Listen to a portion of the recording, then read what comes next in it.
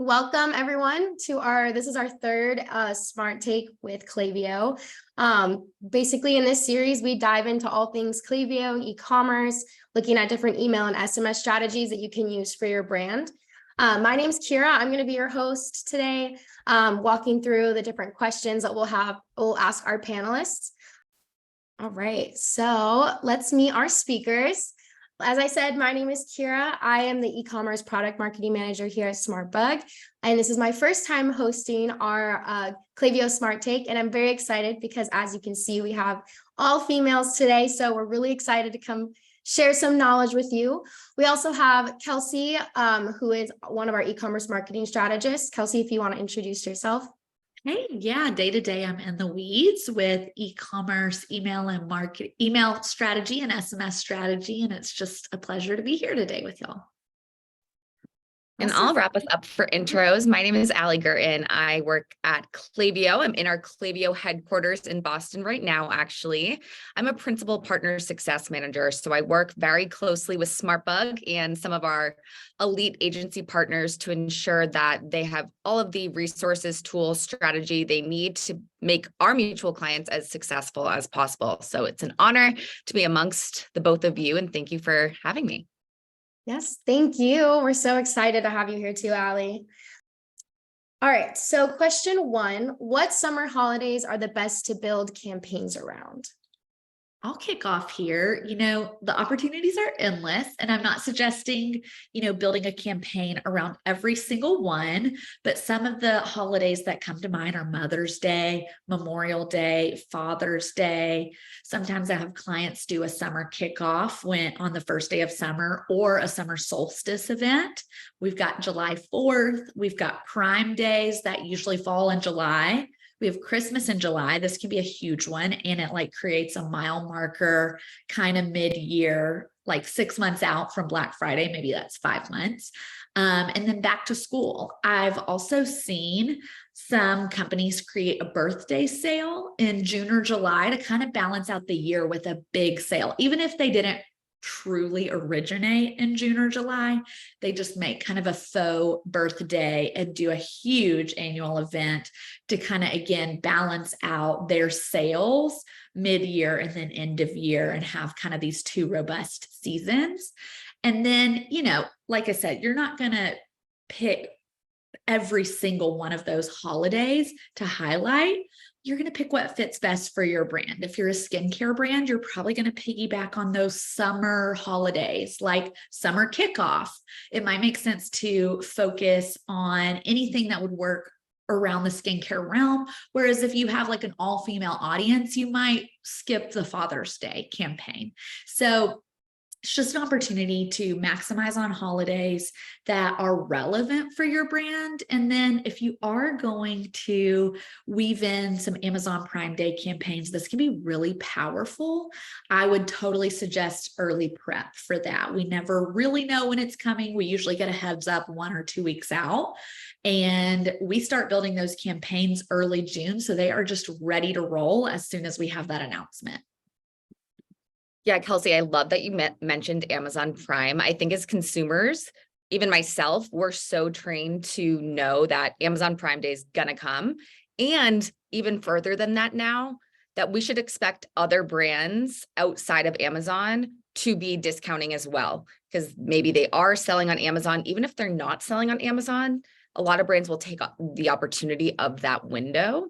So maybe you don't resonate with some other holidays that we went through, but Amazon Prime doesn't really need to be specific to anything about your brand. So I love that you mentioned that. One thing that stuck with me is just how many holidays there really are in the summer. I think during the winter, we're so trained to just think BFCM, where Black Friday, Cyber Monday, whereas the summer, there's all of these different opportunities. Something that I personally think, a little bit biased, but a new feature we have here in Klaviyo is our campaign calendar view.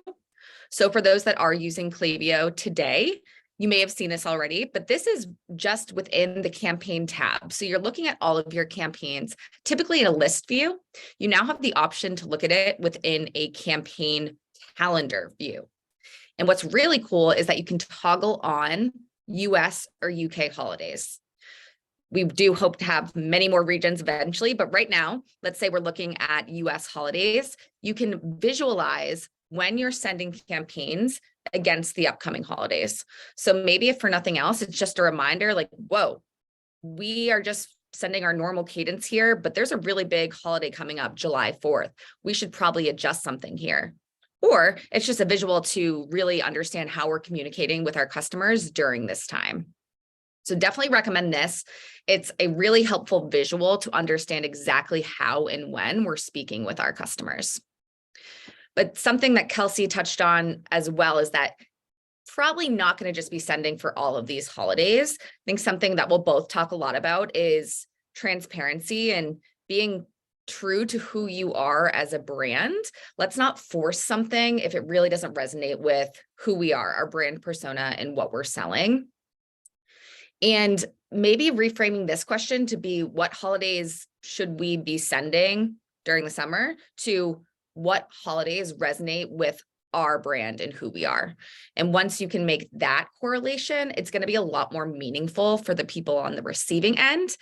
We are all consumers at the end of the day. And I think I've definitely received some emails over time where I'm like, this just doesn't seem relevant whatsoever to what they're selling. And yes, I'm an email marketer at the end of the day, but it's more common than you think for those feelings to resonate from what you're sending. So if you are sending for these holidays, make sure it actually makes sense. It's true to who you are, and there's a correlation there. Mm-hmm. Yeah, I love that, Allie. And I think this campaign calendar view is really helpful too, like you said, to visualize what's coming up. I think sometimes I've worked with brands where they want to have some sort of sale or they want to have something for any major holiday, but over the summer, there are so many. And so sometimes they're almost too close together. A lot of things can overlap, and having this kind of helps you visualize where you should be putting that focus. Totally. And another One last thing to that too, Kara, is Mhm. maybe you already had your standard cadence set up. So you know that every Tuesday and Thursday you're sending a new blog post or you're releasing a new feature. Like, how are we adjusting those to align with this holiday approach? Should we just tweak a subject line to something we were already planning on to send on Thursday to make it more relevant to the holiday? You know, it doesn't need to be this huge overhaul of everything we're doing, but hopefully this view can help us actually identify what we are doing. Right. Absolutely. I love that. The other thing too about, choosing the right holidays that are relevant to your brand, I think it's also kind of important to know that, like, Memorial Day or 4th of July, for example, those can be pretty big days that people expect to find discounts or expect to find, some sort of promotions going on. But that doesn't necessarily mean your campaign needs to be labeled as Memorial Day campaign. You can have a different campaign that is named or resonates with your brand specifically, and still have it on that day. So they're still getting those emails throughout the weekend and they're already expecting the sales, but you're still catering it to your brand specifically. Spot on. Love it. All right, let's jump into question 2. Who is the best to target during our summer holidays? Allie, I'll do you want kick to us off here? Yeah. I love this question. I think it's one of those questions that may seem overwhelming to clients. Is it, wait, who do we send to? Should we just send to everyone? And it really just comes down to the benefit and the value of segmentation. I think segmentation and the data that we can use to segment are so often underutilized, especially for something like a specific holiday or sale that's coming with that holiday. So if we just think about, what data do we have as a brand? What data have we been collecting? We have our email engagement historically. We have our placed order data. Are there any custom profile properties that we've been collecting that are going to help us create more of that one-to-one messaging during this summer holiday? And then just thinking of the things that we've probably thought a lot about for something, again, as large as Black Friday, Cyber Monday. Have we looked at a specific segment of people that shop only during the summer months? There may be a group of those people that we want to make sure we're definitely sending to. Or maybe there's people that shopped your Memorial Day sale last year. Let's make sure we're targeting that for our Memorial Day sale this year. So it really is simple practice, but let's not forget that we have so much data that we should be utilizing when we're identifying who we're sending to. if we haven't identified our VIP segment, we should really be doing that for sales. We know that there's an abundance of emails in the inbox during these busy months, and we want to make sure we're sending it to people that are actually going to improve our ROI and increase the likelihood that we are going to see the conversions. Yeah, and to piggyback off of what Allie's saying here too, I really like to use summer as a time to open up my segments a bit. So maybe I'm sending to engaged 90 days. And there's about 15,000 people we're regularly sending to, maybe 18,000 people on a given list. I might open it up to engaged 120 or engaged 180 and try to increase those deliveries, because I can always pull back and get more cautious after summer and prep for Black Friday, Cyber Monday. But what I'm using summer holidays for is A, to drive revenue, but B, also to start opening up those segments a little bit to test and be sending to as many people as possible, so that we have re-engaged lapsed subscribers by the time of the year it counts the absolute most, which is Black Friday, Cyber Monday. So you might use this time in these sales windows to open up a little bit. Maybe you move from sending to 15,000 people to 22. And then again, we'll get into this a little bit later in the presentation, but there's a way to pull back where needed and do any repair work in early fall to get truly ready for Black Friday. Kelsey, I think that's so important, because so often I'll hear clients say that the months after, let's say January, things are wrapping up after the major winter sales. There's this slow period for a lot of brands where they're just not sending as much. They don't feel like there's content to be sending. Just based on the data, it's not a time that people are shopping as often. There's not as many holidays. So this may be the first time for a lot of brands that they're actually sending consistently again. So there's that risk that, hey, our audience is kind of cold now. Let's start doing some of that experimenting so that we do get engagement back for those that haven't had the chance to, and allows us time to figure out exactly who we should be focusing on for BFCM. Yes to all of that. I love this time to just like get ready. And I ended up last fall doing a little bit of that repair work, okay, of how do we really use that delivery tab that I think we'll touch a little bit more in depth on later in the presentation. But how do we use that delivery tab to see where we're not placing well in the inbox, so that we can place, perfectly right at the top of the inbox, not in the spam or promotions folder after this. But this is a time to just open up and talk to as many people as possible, not your whole list, because we don't want to have bad sending practice or totally tank our deliverability. But this is an opportunity to really speak to as many people as possible and engage that list. Mm-hmm. Yeah. And you're really kind of just, again, there's not a lot of communication going on at the beginning of the year. And so you don't want to be silent all the way up until Black Friday, Cyber Monday. You will want to make sure you're still communicating with your audience and building that relationship. So that way, when Black Friday, Cyber Monday comes around, they remember you and they're more willing to buy from you. Love it, guys. Let's do question 3. So do you guys have any examples of summer campaigns that you've performed? I do. And this is where I really, line up. I love the content part of my role. So for something like a collagen or a shake brand, what you'll see here on the left, we might do recipes for smoothies. We might do some get outside, some summer themed campaigns, because the behaviors of the audience that is subscribed to this brand, they expect to be spending and investing in their health in the summer. Like, I think there's something in all of our minds that like the first half of the year is a huge health focus. We kind of all fall off the wagon by the second half of the year. But whether it's the first half of the year or summer months, we are focused on getting healthy, investing in our health. And so we take this time to focus on those summer months and do a lot of summer themed campaigns. Get outside, invest in yourself.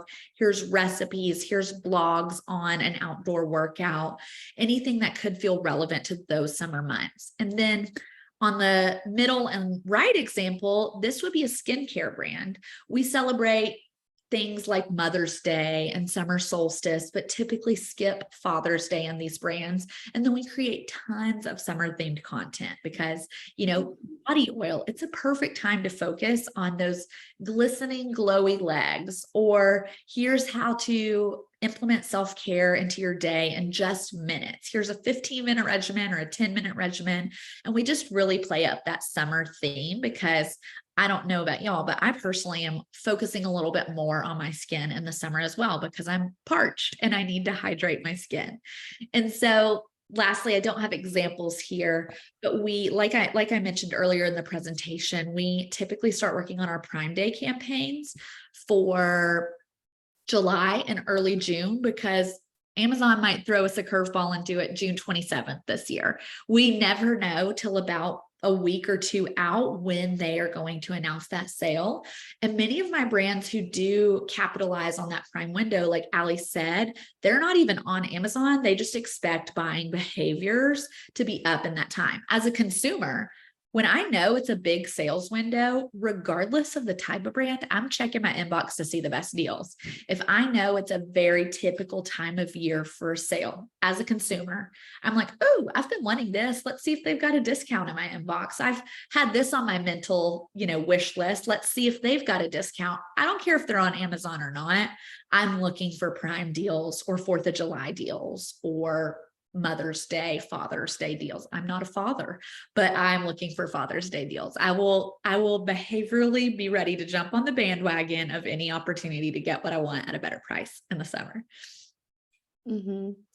It's so true. Yeah, I was just gonna say, I think about it, and I'm the same exact way as a consumer.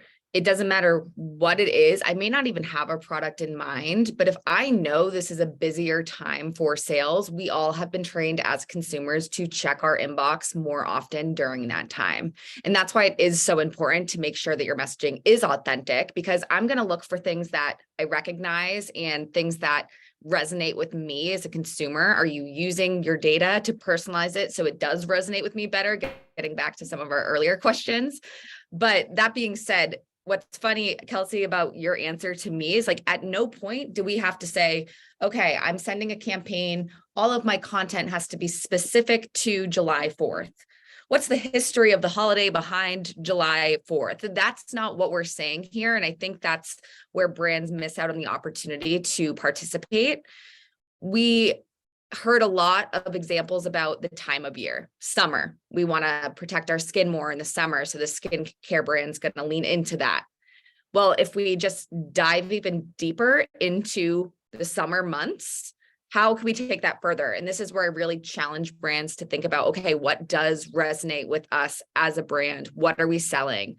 Who are we? What's our story? So, okay, summer, we know kids are out of school. So maybe it's a time that we need our kids to be more active or have more things to do. So already I'm thinking of so many different industries and verticals that could fall into keeping kids active, whether it's fitness, health, toys. We could go all day. The same thing there. Vacations. Okay, summer, a lot of people may take time off more than they normally do, or their kids are out of school, so they're just more likely to be able to travel. Okay, flights, warmer weather, maybe they're walking more. So we can really stretch it however we need to. And that's why it's challenging to hear some brands say, oh, there's nothing relevant to us to send during this time period. Probably not challenging yourselves enough to think how it could be relevant. Again, while remaining authentic, because that's going to be the most important part. I think, Kelsey, something you touched on really well is that, yeah, as consumers, we're in our inbox more. So if we're not finding something to send to our consumers during this time, there's a dang good chance that your direct competitors are. And then we're not only leaving money on the table, but we're giving it to our competitors. So I think it's really, really important to challenge yourselves to think, okay, maybe it's not Memorial Day, maybe it's not July 4th, but what is a synonym of these times of years, of these months that we could then leverage for our campaigns?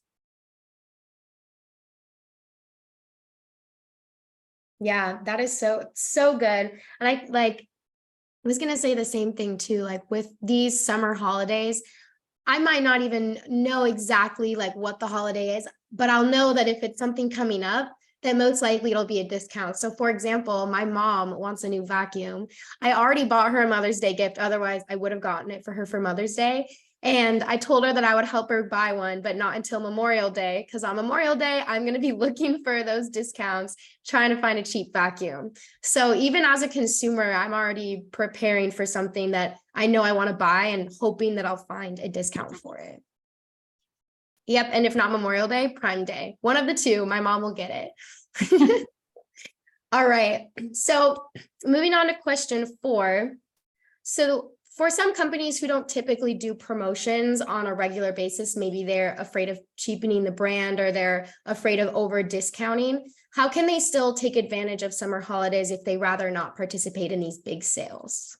If I could scream nurture from the mountaintops, I would. It is an opportunity, like we've really kind of driven home, to just show up in your subscribers' inbox. Even if you're not offering them something, consumers are checking their inbox during these windows. Y'all have heard our own behavioral histories and tendencies in this presentation. I am checking my inboxes during windows that I expect the brands I subscribe to be sending to me. And so if you're not able, or it's not fitting for you to offer a discount during this time of year, that's okay. It's an opportunity to nurture. I actually just ran a content report for a brand, and they're a pretty discount cautious brand. We very rarely offer discounts. It's a high-end luxury brand. They don't want to offer too many discounts year round because they feel like it might cheapen the brand. That's a different strategy than some of my other clients use, but that's the philosophy there. We actually found with their audience who expects to be spending and doesn't expect discounts very often, they respond just as well to nurture content as to the last 4 sales we've run this year. And so that's really interesting to me. For all of their campaigns, only Black Friday tends to outperform their nurture content. Their nurture content paces neck and neck with some of their gift with purchase sales or their smaller sales of the year. So we really had to evaluate and ask ourselves, okay, do we lean into this nurture and education content more? Because it doesn't seem to be crucial for the consumer to take action. So I just would encourage you to audit your content, run a report on Klaviyo of how your campaigns have been performing, what your nurture campaigns have been driving versus your sales campaigns, and see if that's possible for you. And even if they don't yield as much revenue as, say, a sales campaign, it's still an opportunity for you to show up and to build that trust and connection with your customers. Exactly. I think there's this false narrative that in order to participate in any of these busy times, I hear this all the time for Black Friday, Cyber Monday, is whether it is because you're a higher price point, you have more of that luxury, we don't do discounts. I so often hear, well, why would we be sending during a time when everyone's just looking for sales? At the end of the day, people are in their inbox more. While yes, they may be looking to get a discount on something, they're still more likely to be engaging with these emails because they're looking more than they normally do. So whether it's because you're a luxury brand, maybe you're struggling with fulfillment and you just can't, you don't have things to sell right now, whatever it may be, there's still opportunity. And Kelsey uses nurture. Love that. I think there's the opportunity here to nurture our subscribers by collecting more data on them. Is there an opportunity to collect reviews? Can we ask for user-generated content that we then may be able to use during a time when we are selling, whether that's Black Friday, Cyber Monday, or another holiday? Is there the opportunity to send a quiz? So if we know people are more likely to be in their inbox, which is then statistically just telling us that they're more likely to open and engage with it, if it's not driving revenue, what is it driving? And if we can collect meaningful data to then help us in another effort down the road to drive revenue, that's still going to be really, really impactful and build better retention with our existing subscribers and purchasers. So anything we can do there to say, okay, maybe it's not a sale, maybe it's not any incentive, but then we're leveraging asking meaningful questions, collecting data that matters, collecting data that's going to allow us to communicate with our subscribers more when we can drive revenue. So anything we can do while staying authentic, how many times have I said authentic, that we're not just being forgotten about at the end of the day because we didn't think it was relevant for us to send. Because at the end of the day, a lot of times these summer holidays and emailing people over this time period, like we said before, is helping us before we get to Black Friday, Cyber Monday. So Exactly. even if a campaign or a promotion doesn't fit for you, people are still going to be in their inbox. And if they're getting all of this messaging from other brands and not yours, by the time Black Friday rolls around, they're going to be more likely to go to those brands as opposed to you. Right. They may have found a new favorite of that industry because they forgot about you. You just weren't in their inbox. And now I tried another jewelry brand. I'm just going to stick with them. Yep, exactly. It's very important to stay relevant for sure. All right. We have, I think, one more question left. So we've talked about different summer campaigns, who we target during these summer campaigns. And let's say we've opened up our send list a little bit. We have a few new contacts that are added into these sends. How can we start to nurture these customers and help them be primed for Black Friday, Cyber Monday? Well, one thing I'll kick us off is that it's going to be really hard for us to nurture them at all if we're not first taking a peek at deliverability and our sender reputation. For a lot of brands that were a little bit slower during those winter months, as we talked about earlier, this may be a time when they started opening those engagement windows in those segments. And I think we all know that deliverability is a slippery slope. Even if you didn't do anything crazy during this time, there is a chance that we did some sort of impact to our reputation. So my first recommendation would be to use two things in Klaviyo. The overview dashboard has a card that you can look at deliverability by domain. Isolate a domain that may have been impacted, and just look at the trend of our open rates over time.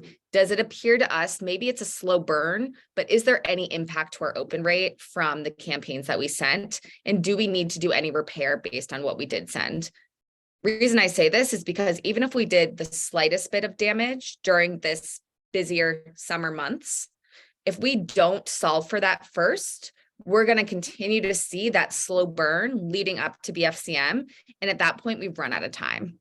So I would absolutely recommend taking a peek at the data, seeing where we are, repairing any damage that we did do so that we're then set up for success when we go to nurture our customers for BFCM. And then the other piece that I think is so important here is let's compare year over year sales in our messaging. Because if we just last minute did a sale, let's say we never did summer sales before, but you've trained your customers to know you only do one sale every year and it's BFCM, are we creating this false narrative and maybe a negative experience? If we just told our subscribers during the summer, this is our biggest sale ever, and then come BFCM, you have an even bigger sale, they may have already purchased in the summer and now they feel like they were ripped off. We weren't true to our messaging. So let's actually look at what we've been sending.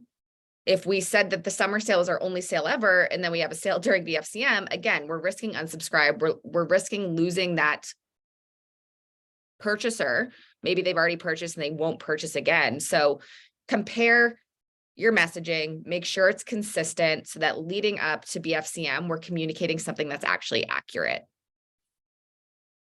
I totally agree. One thing that Allie and I have worked together on some of my brands that needed to repair that inbox placement is we created these segments. I think we have a screenshot of those segments where, say, the inbox that is placing the lowest is Gmail, which we know Gmail is a biggie. I'm personally on Gmail. A lot of users are on Gmail. And often I'll see that, we're placing pretty well, like 30 or 40% in some of the other inboxes, but we're placing under 20% in Gmail. What that tells me is we're probably landing in spam or promotions folder, and they're just never seeing our email to begin with. So how do we climb out of the spam or promotions folder after a season where we opened up our segments? Y'all know I'm a big fan of that, but now it's time to dial back. So what we would do here is, again, assuming it's Gmail, that's the problematic inbox. Maybe it's Hotmail, maybe it's AOL, whatever. But in this case, it's Gmail. So we would create a segment of engaged 120 like we've got on this bottom here, and we'd exclude Gmail from that. So these are all your users who have engaged in some form in the last 120 days. Maybe they've been active on the site or viewed a product, opened an email.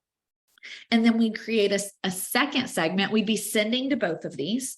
That's engaged in 7 days Gmail. So we're telling the Gmail inbox that only the most active, users that rally for our brand are getting those emails. And because they typically open or click, that's what their behavior has been historically, it's going to tell those inbox algorithms that we're reputable, that everything we send is a reputable campaign and we're a trustworthy brand. So then when we reopen it, I think Allie suggests 10 campaigns, right? Yeah. So compare it against your cadence, but around there, we want to make sure we're doing it for a couple of weeks. So you want to do this for a couple of weeks, 10-ish campaigns, however that shakes out in your sending strategy. And after that, you can open back up. Would you start by sending to engaged 30 or engaged 90 of Gmail, Allie, or could we just go back to engaged? Yeah, that's a great question. I typically recommend that slow expansion. So if we sent the first week of campaign to that 7-day, we're seeing good results, just like we're all used to for warming a net new account, or if you just started off on Klaviyo, it's recommended you follow this gradual warming. Same type of approach for the domain repair. We don't want to overwhelm Gmail by going, okay, we just did really, really good, and now we're just going to go right back to what we used to do. We want to find that middle ground. And this, I know it can feel like, oh, but I'm decreasing my delivery so much by excluding Gmail. But if you will work on this in September, October, before it really counts, it's going to be hugely impactful for your Black Friday, Cyber Monday season. And you can do this at any time you see delivery slipping for any inbox provider. I have a few brands that actually need to go create these segments for right now. And so I was like, oh, I need to get this, moving before Prime Day. I need to make sure our sending reputation is as strong as possible before Prime Day, because that's going to be some of my brand's biggest sale of the summer, their second biggest sale of the year. And so I'm going to do that now for the next month leading up to that. And so you can implement this at any time, but it's a great way to repair your deliverability before the next wave. Mm-hmm. One thing I'll add to that too, Kelsey, is that you touched on this at the beginning. When you go to look at that inbox provider specific open rate, your average open rate, what you're used to seeing at the high level, may not be shifting too much. So maybe you're normally at 40 and then you're at 39, 38. It doesn't feel like that's terrible, right? Like, okay, we're just down a couple points. But that's why I'd really, really recommend going into that campaign looking at the domain level open rate, because those domains that aren't impacted, they may be actually averaging out the open rate to be that 38, 37, 36.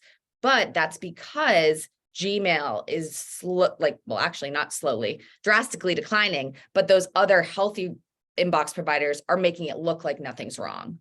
So knowing Gmail is typically the highest volume of recipients, I definitely recommend looking at that now if you can. And then of course, after the summer holidays, if you've been sending more frequently.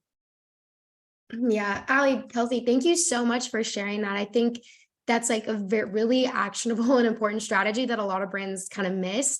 And there's always questions from any e-commerce client I've had about making sure their deliverability is up to par. And it can be really challenging, especially when we're trying to balance doing these promotions and sending to as many customers as we can without ending up in the spam folder. So this is a great strategy. Thank you guys so much for sharing that.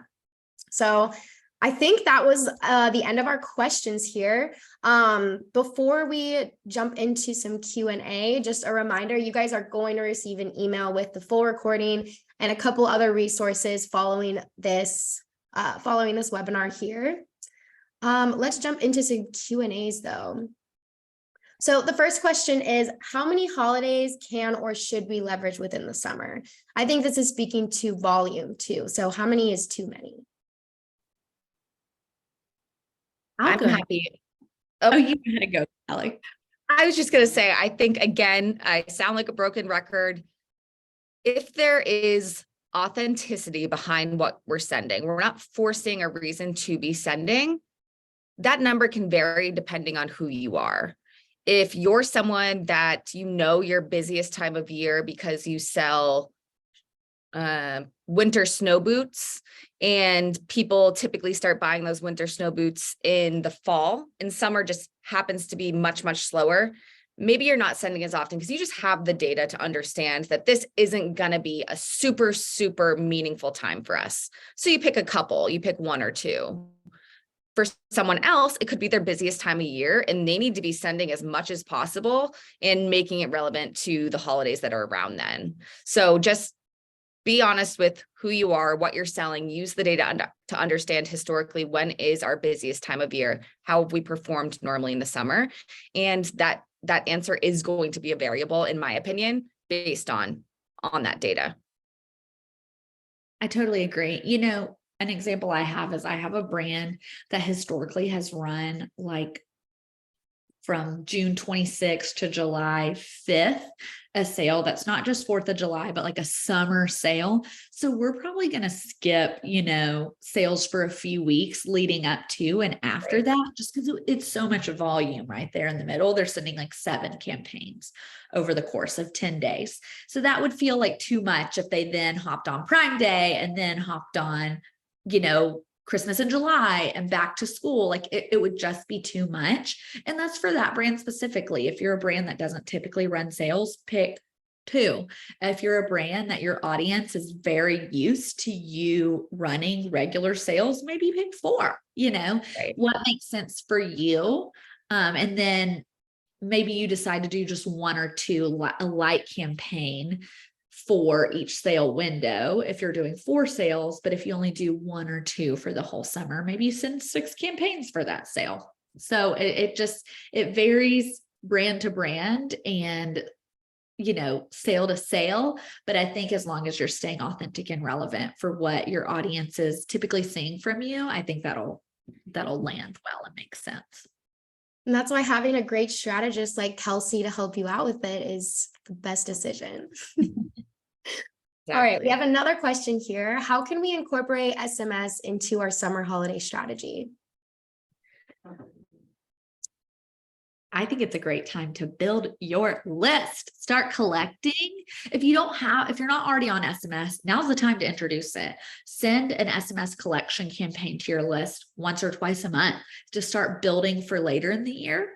One thing we're doing for one of my clients in June is we're going to send an SMS announcement, like sign up for our list. And then, PS, we've got something fun coming to our tech subscribers only in 3 days. And so you can use this time to offer little mini sales as well, or mini offers, mini gift with purchases that are maybe 1 day only to your text list. If you're just now building your SMS list, it might be small. You might not drive a ton of revenue right away from your SMS list, but use this as a building period.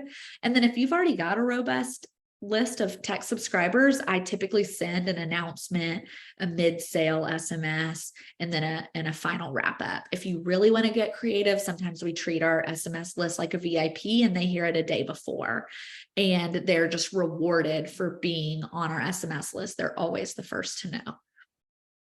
Especially, we see so many sign-up forms that say, if you're signing up for SMS, you're going to hear about sales sooner. So make sure if you're asking for someone's phone number and you're saying that they're going to hear from you sooner, make sure they're not finding out about that sale at the same time as everyone else, because they're going to remember why they signed up and all of a sudden be like, wait, there's no value of this. I'm just going to unsubscribe. I'm going to get the email the same time everyone else is. So that's one thing. And another thing that I actually, again, as a consumer, dealt with the other day was with SMS messages. You have this on my phone. I can clearly see all of the messages that you've sent me as a brand. Whereas on email, they're all pooled together. I don't really have a one source of truth unless I'm, searching that brand in my inbox. Whereas in my SMS message, I'm seeing everything you sent me recently. So This brand I received an SMS message from said our biggest sale ever, actually, for the kicking off the summer season. And then all I had to do was just scroll up, and 2 months prior, they had said that it was their biggest sale ever for Easter. So, that was for me, like, I don't need to buy right now. I can just buy whenever I want because they're just going to keep telling me it's their biggest sale ever with the same offer. So use that as a reminder that SMS, they can see exactly what you've been sending them. If you're saying one thing and doing another, they have that receipt right in front of them. Mm-hmm. Yeah, absolutely. Even on the flip side, where it's almost like I'm expecting certain things. I have a restaurant that I get SMS from, and they did a couple holidays, like promotions for to-go orders. So for Cinco de Mayo, I was expecting to get some kind of promotion for it, and I was hoping that I would, which I did. And that was my dinner for Cinco de Mayo. But it's the same thing. Like I saw that they had been doing that, and so it wasn't the right time when I was originally getting those texts, but I was hoping that they would keep up with that cadence because I knew that I wanted to take advantage of it. Awesome. Well, that I think is all of our questions. Allie and Kelsey, thank you guys so much for joining, and thank you to all of our all of you guys who have joined as well. It's been a pleasure. Again, you guys will receive an email with this recording. Feel free to share it with anyone within your company, any other colleagues. And if you have any other questions regarding this topic or anything related to e-commerce and email and SMS, feel free to reach out to us here at SmartBug. We're always happy to help. So thank you guys very much, and we'll talk to you guys soon. Bye, everyone. Hey, thanks for having me.